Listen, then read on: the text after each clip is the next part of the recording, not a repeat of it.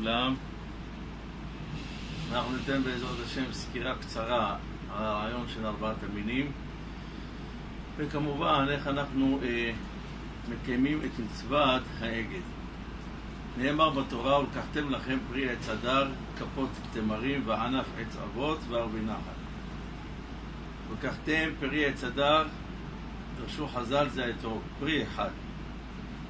כפות תמרים, כתוב בתורה כפות בלי ו', כפת, זה הלולב. וענף עץ אבות, ענף אחד, עץ אבות, 3 בדי הדסים. וערבי נחל, מיעוט רבים 2, 2 בדי ערבות. הרמז בזה, מדוע שארבעת המינים מרמזת 4 סוגים של אנשים. יש את האתרוג שהוא כנגד אדם שיש בו גם תורה וגם מצוות ומעשים טובים, כמו האתרוג שיש בו גם טעם וגם ריח. וההדס יש בו רק ריח, אדם שיש לו מעשים טובים אבל אין בו תורה. הלולב, שזה למעשה כפות תמרים, התמר יש בו טעם, אדם שיש לו תורה אבל אין בו ריח, לא מרבה לעשות מעשים טובים.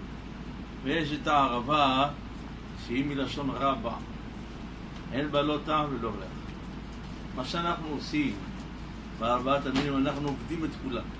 אנחנו רוצים שההדס ייתן ריח לערבה, שהערבה תתבשם קצת מן האתרוג, קצת מהתמר, כמו שנאמר, ויעשו כולם עבודה אחת. וידוע שזה גם כן מרמז על האיברים של האדם. האתרוג פרי עץ הדר זה כנגד הלב, הלולב כנגד חוד השדרה, לכן מנענעים בתפילה 18 פעם כנגד 18 חוליות שבשדרה. וההדס כנגד העיניים, אמנם יש לנו 2 עיניים ואנחנו לוקחים 3 הדסים כדי שאנחנו ניקח עוד עין אחת בשביל החבר, נסתכל מה חסר לו, מה צריך השני. והערבה כנגד השפתיים, שפה עליונה תחתונה. ניגש עכשיו למצוות העגל. בכל סידור יש לשם ייחוד לפני הגידת הלולב. אז ראשית לוקח את הלולב, מעמיד אותו בצורה כזאת, כאשר החלק הקשה של הלולב נמצא כלפי מעלה, נמצא מולי. אחר מכן לוקח את ההדסים. הוא מניח, לפי רבנו הארי, מניח אחד בצד ימין, השני בצד שמאל, שורה כזאת, והשלישי על גב הלולב, נוטה בצד ימין, מה שאפשר.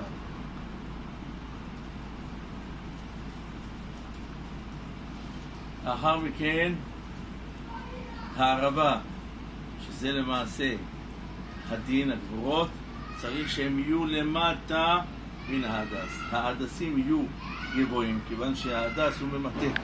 הדס מלשון הס דין, הוא משתיק את הדין, אז הם יהיו יותר גבוהות מן הערבה, והערבה תהיה למטה, אחד בצד ימין, אחד בצד שמאל.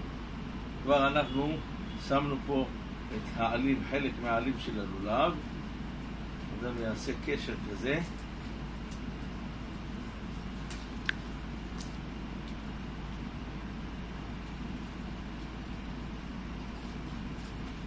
כמו שאמרתי, בסידור כבר יש את התפילה שאומרים לפני הגידת הלולב, וטוב שאדם יעשה את התפילה הזאת. יש כאלו שעושים 18 קשרים, ככה מביא כף החיים, שהמקובלים נהגו לעשות 18 קשירות או 18 טבעות. כל אחד יעשה לפי מנהגו, לפי כוחו, בצורה כזאת, קושר. עדיף לעשות את זה ממש עכשיו, לקראת החג מערב יום טוב.